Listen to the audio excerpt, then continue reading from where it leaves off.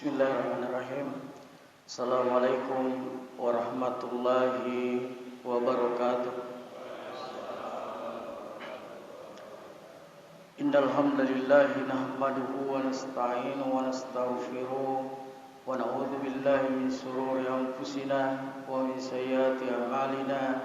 Man yahdihillahu fala mudilla lahu wa man yudlil fala hadiya lahu. Asyhadu an la ilaha illallah wa asyhadu anna Muhammadan abduhu wa rasuluh. Allahumma salli wa sallim ala sayyidina Muhammad wa ala alihi wa sahbihi ajma'in. Amma ba'd. Jamaah yang insyaallah dimuliakan oleh Allah Subhanahu wa taala. Tiada kata yang paling indah di subuh hari ini karena Allah memberikan kita dengan berbagai macam nikmat, dan di antara nikmat-nikmat tersebut adalah nikmat sehat, nikmat kesempatan, nikmat iman, dan nikmat Islam. Terkhusus adalah nikmat hidayah.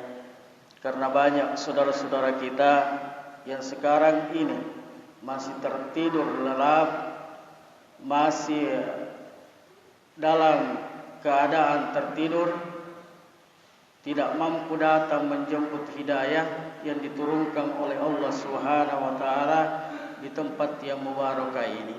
Oleh karena itu kita sama-sama mendoakan saudara-saudara kita supaya bisa dibukakan juga pintu hatinya dan bisa datang bersama-sama dengan kita semua untuk menjemput hidayah yang senantiasa diturunkan oleh Allah di tempat yang mubarakah ini.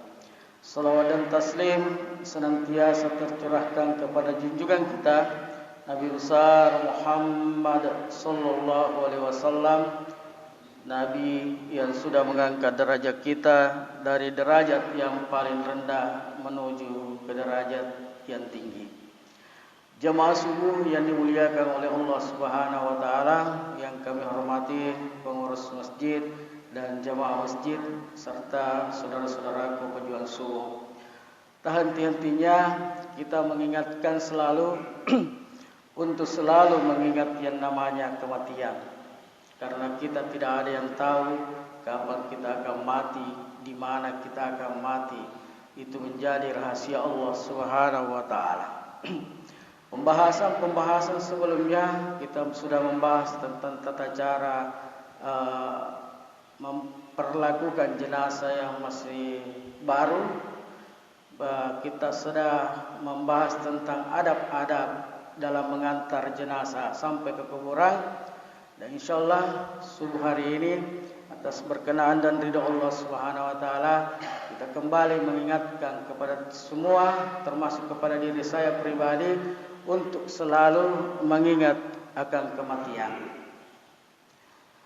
Di dalam kitab dari Imam Al-Qurtubi, dalam kitabnya Tazkirah Keindahan Menjemput Namanya Kematian, beliau menjelaskan bahwa tanda-tanda kematian bagi seseorang, tanda-tanda kematian yang akan dialami oleh kita semua, tidak hanya orang muslim, tapi orang kafir juga akan menerima tanda-tanda tersebut.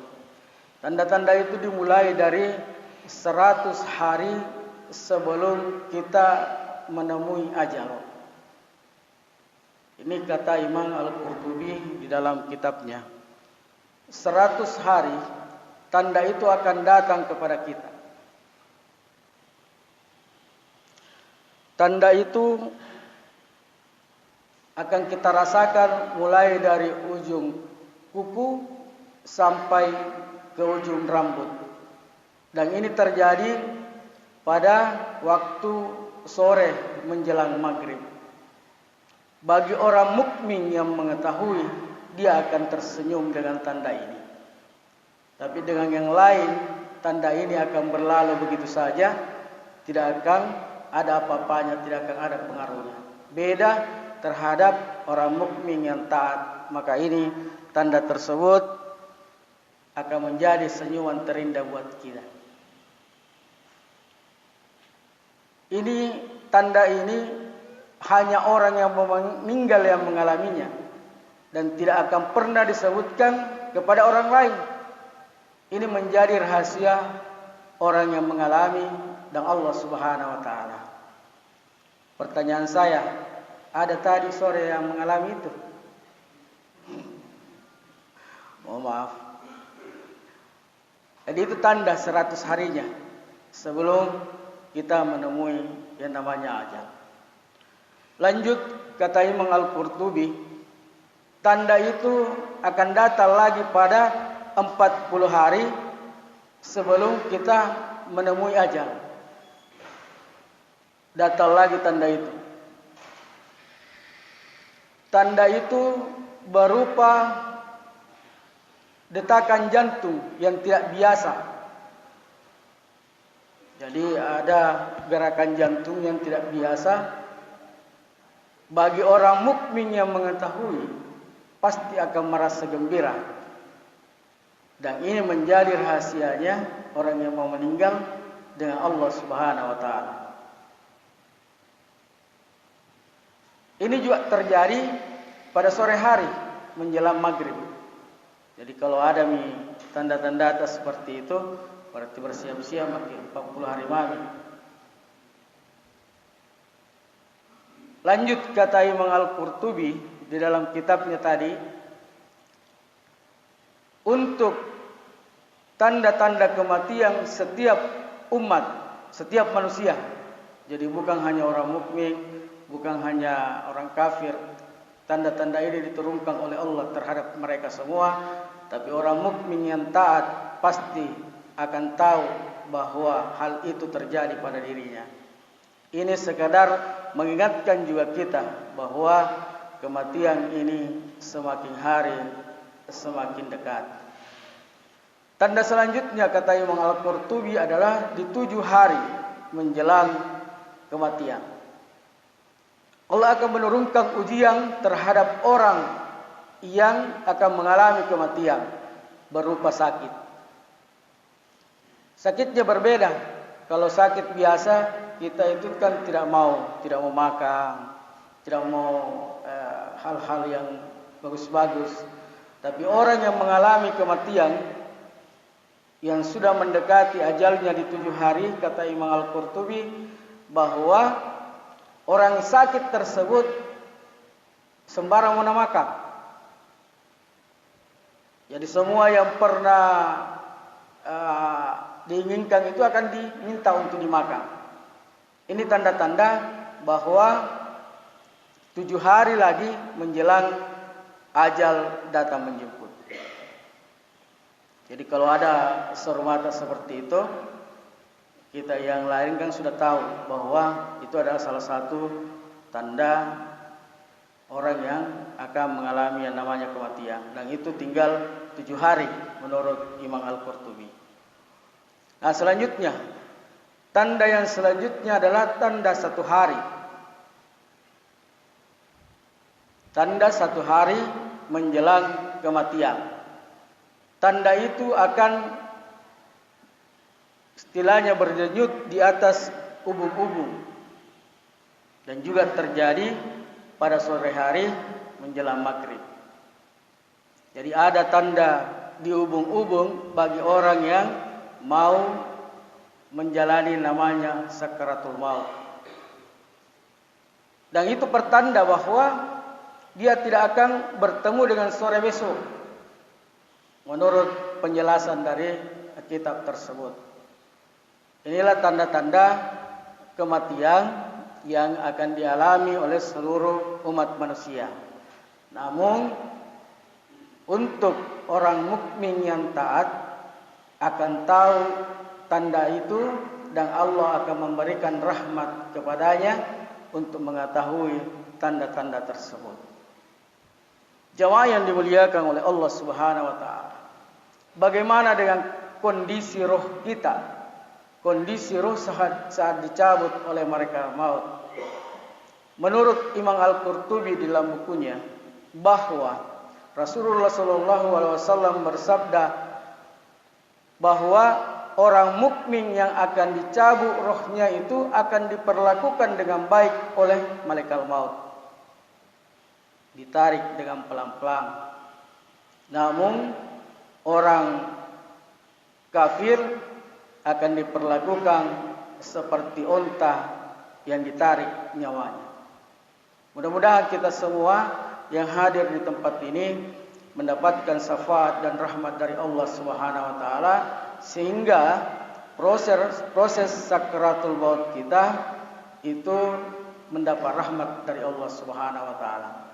Karena kita semua ini adalah manusia-manusia yang akan mengalami yang namanya sakratul maut.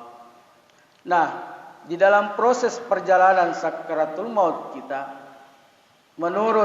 masih menurut kitabnya Imam Al-Qurtubi ini, bahwa di saat menjalani sakratul maut, kita yang masih hidup misalnya, yang sehat, yang berada di sekitar orang yang mau sakratul maut ini, itu membacakan talqin kepada yang mau mengalami sakratul maut.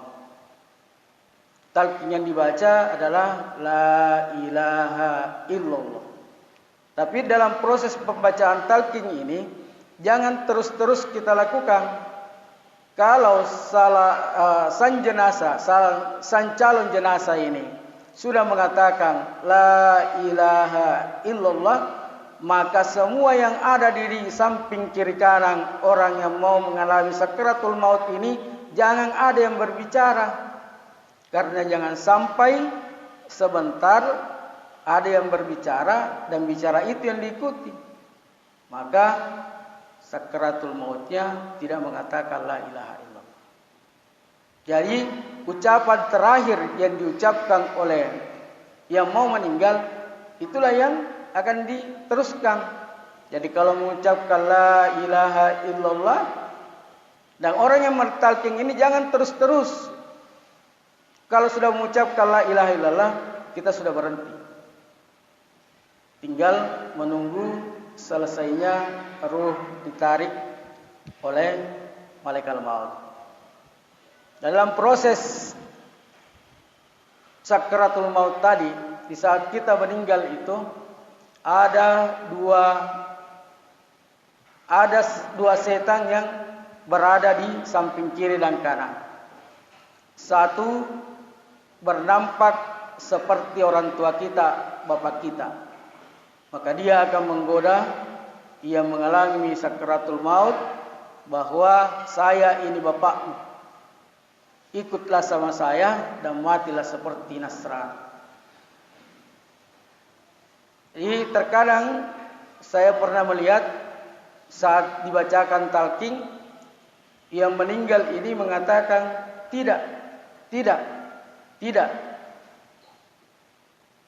Kata tidak itu tidak ditujukan kepada kita yang membacakan talqin. Rupanya ditujukan kepada godaan syaitan tersebut. Jadi jangan keliru memaknai yang hidup. Jangan sampai bilang, saya sudah membacakan talqin, kenapa dia mengatakan ini? Tidak. Ternyata godaan syaitan itu yang menyebabkan sang calon jenazah mengatakan tidak. Begitu juga setan yang ada di sebelah kiri. Kalau Allah merahmati kita, sang calon jenazah ini akan berpaling. Nah, muncul lagi setan yang kedua sebelah kiri, berbentuk seperti buta, mengatakan, saya ini ibumu nak, yang mengandung kamu, yang menyusui kamu, dan seterusnya. Matilah kamu dalam keadaan Yahudi. Orang mukmin yang dirahmati oleh Allah, insyaallah akan berpaling dari kedua godaan syaitan tersebut. Jemaah yang dimuliakan oleh Allah Subhanahu wa taala, kematian ini menjadi sesuatu yang sangat luar biasa. Kalau kita melihat di grup WA dan Facebook yang saya share hampir setiap hari, kematian itu banyak. Hari ini sudah ada 3 yang mendaftar tadi malam. Jadi ada 3 lagi yang meninggal tadi malam. Oleh karena itu, marilah kita perbaiki diri kita Tidak semua orang pasti punya kesalahan dan masa lalu yang kelam. Mari kita sama-sama memaafkan orang-orang yang mau berubah, termasuk saya. Saya punya kesalahan dan dosa kepada orang tua saya, Pak Haji Taufik. Mohon saya dimaafkan.